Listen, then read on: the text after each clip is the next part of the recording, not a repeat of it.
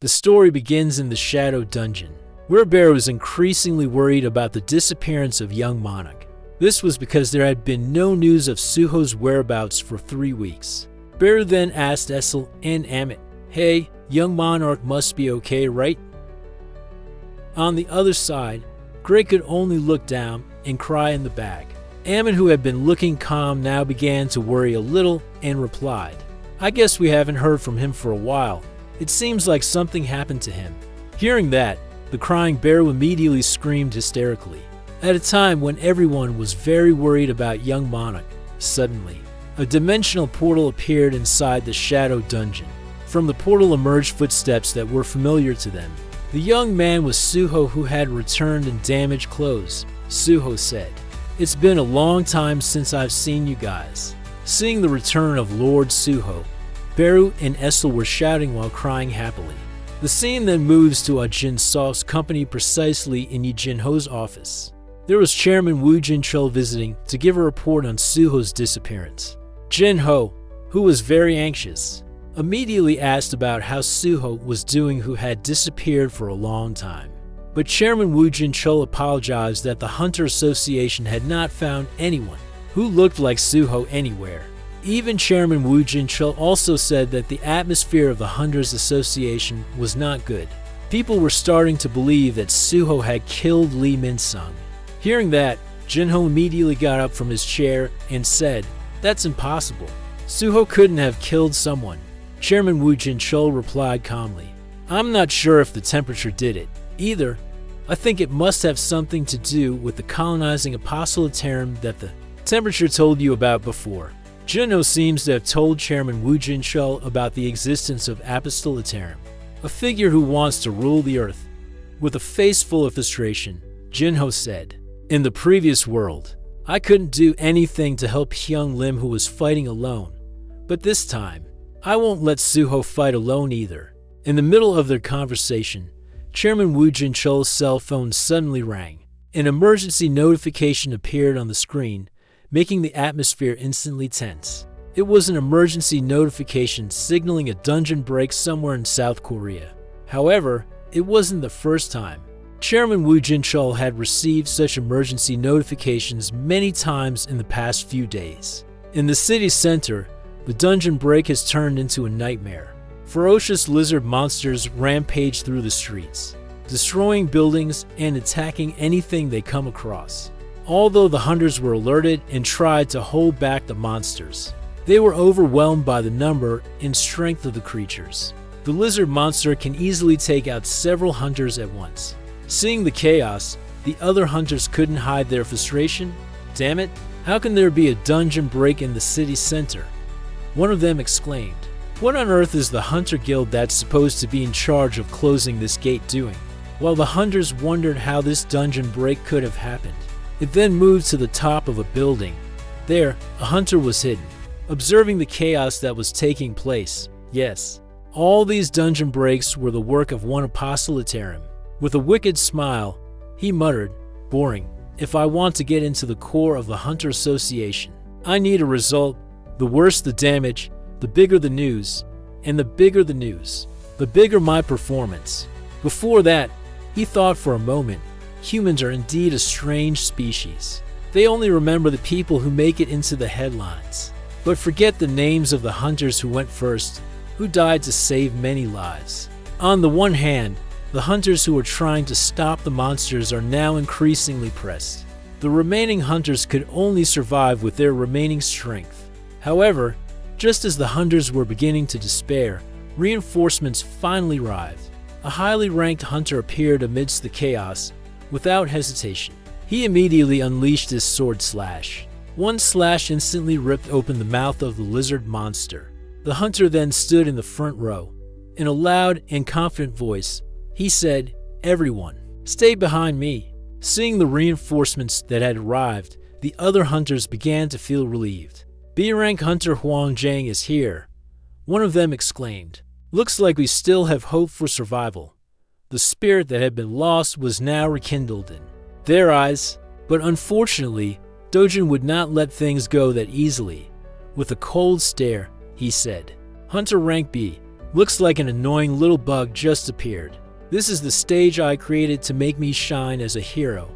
The bullies must be removed. A moment later, Dojin raised his hand and activated the blessing amplification skill to strengthen his monsters. And at that moment, the lizard monsters suddenly emitted a ferocious aura that was more intense than before. Their bodies enlarged, their movements became faster and wilder, and their strength increased drastically. Instantly, one of the lizard monsters darted forward and swung its tail with incredible speed. The tail slammed into the hunter's body. Then the hunter was blown away and hit the building hard. Hunter Huang Zhang is now lying helplessly amidst the ruins. His body was covered in wounds. His breathing labored. Seeing the opportunity, several lizard monsters rushed in, delivering brutal blows without mercy. Seeing that horror, the other hunters were stunned. The hope that had emerged is now shattered instantly. That's because Hunter Huang Zhang had perished horribly at the hands of very creepy lizard monsters. The hunter was trembling with fear, his body was sluggish, and despair began to envelop him. He looked down, resigned to fate. Damn, I was just lucky enough to get some extra money to treat my injured leg.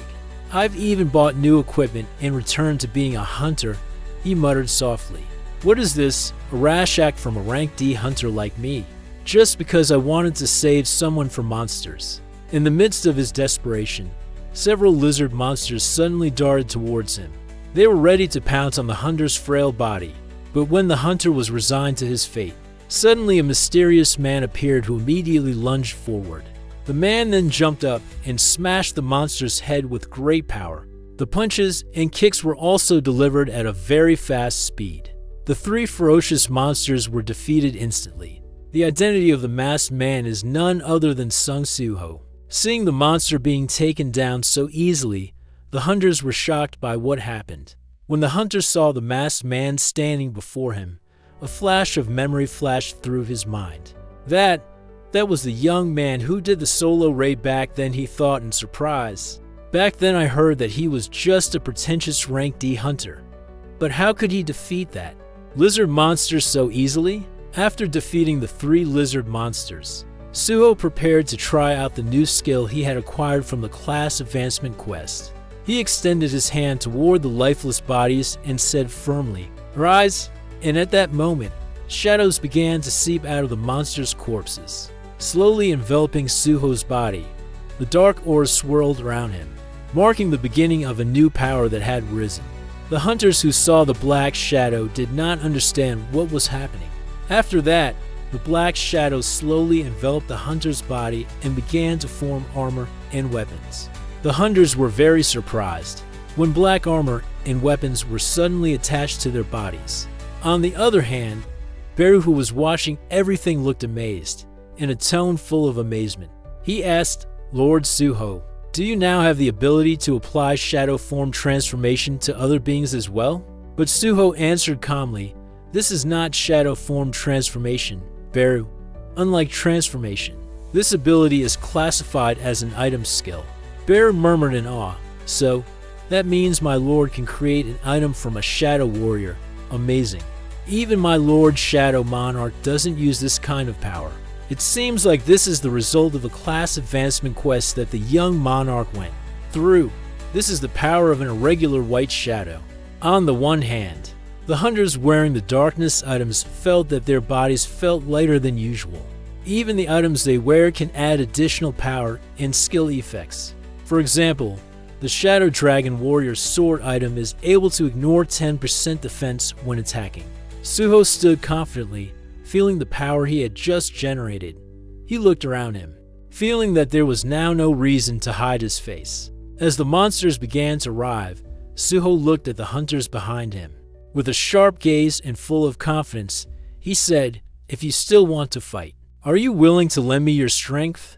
Meanwhile, on the other side, on top of the building where Park Dojin was hiding, he observed the situation attentively. He observed carefully, then said quietly, "Finally, you showed yourself. It seems to be a power I have never seen before." He smiled faintly, his eyes calculating.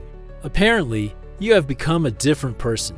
By distributing darkness items to the hunters, Suho formed a new power alliance. Now, he and the hunters stood together, shoulder to shoulder against the rampaging monsters. With his sharp gaze, Suho will show his power to everyone. And this is Suho's current Windows status. He has reached level 42, with the rare and mysterious new class Irregular White Shadow. Suho also gained a new skill called Shadow Creation, a unique ability that allows him to manipulate shadows, to create objects based on the player's shadow. However, there's one important limitation. The shadow used for creation cannot be returned to a shadow. Warrior. The story moves to India, precisely at the Asura Guild headquarters. But suddenly, a shocking incident occurred at the Asura Guild headquarters. From inside the building, Hunter Ryo Singh and the other hunters could be seen lying helplessly. With his body weak and blood flowing, Ryo muttered to himself, "Suho, I'm sorry. I never intended to repay your kindness in this way." After all the members of the Asura Guild lay helpless, there were heavy footsteps of someone slowly leaving the guild, and a low but angry voice. That person said, "So, the person who killed my men is in Korea. All right, I'll go there myself. I won't forgive anyone who dares to touch mine." Yes, that person was none other than Thomas Andre, the leader of the Scavenger Guild, who was now moving to avenge the death of Ragnarok, his trusted member. The story then moves to the initially clear sky. Suddenly, a large gate appeared, tearing the sky with a menacing aura. From inside the gate, a woman stood tall in the middle of a snowy world, surrounded by a fierce and unrelenting snowstorm. But she wasn't alone, and by her side stood a dragon who faithfully accompanied her. From behind the silhouette shrouded by the blizzard, there appeared a woman familiar to all of us. Someone whose power was recognized even by the monarchs. The only human who ever managed to conquer the Shadow Monarch.